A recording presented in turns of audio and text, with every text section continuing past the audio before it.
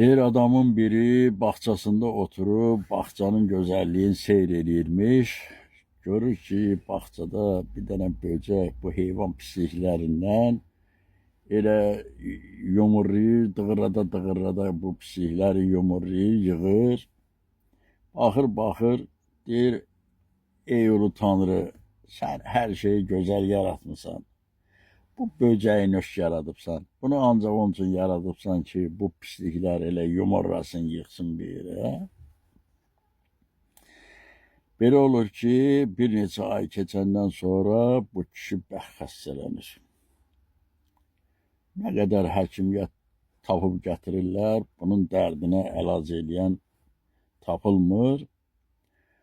Axırda bir dənə həkim tapıb gətirirlər. Bu həkim bunu yoxlayır, edir. Deyir, bunun dərdinin əlacı bağçalarda böcək olur, pislikləri yumurlayır, yığır. Həmin o pisliklərdən bu 40 gün boyunca yeməlidir. Onu yesə bu sağalacaq.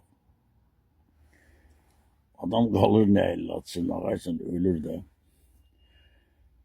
Bu 40 gün boyunca bu böceğin pislikləri, yumurladığı pisliklərdən tapıb gətirib verirlər buna. Bu yer həqiqətində sağalır, gümrahlaşır, həyatına davam edir.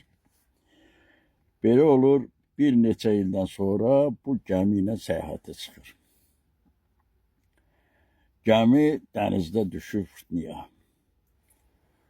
Ləpələrin arasında ləpələr gəmini çırpır sağa, sola, içərisindəki sərnişinlər hamısı çığır, bağır, Allaha dua eləyən kim?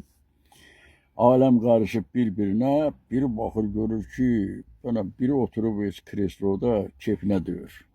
Sakitcə oturub. Deyir, qardaş, sən bu boyda zırh-hazırı görmüşsən, heç sən keyfinə döyür, qorxmuşsan. Deyir, yox qardaş, mən Allahın işinə qarışa bilmərəm. Bir dəfə çaşdım, Allahın işinə qarışdım. Mənə 40 gün pox yedizirdi.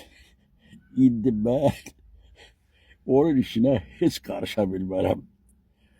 Nə eləsə Allah Teala özü bilər.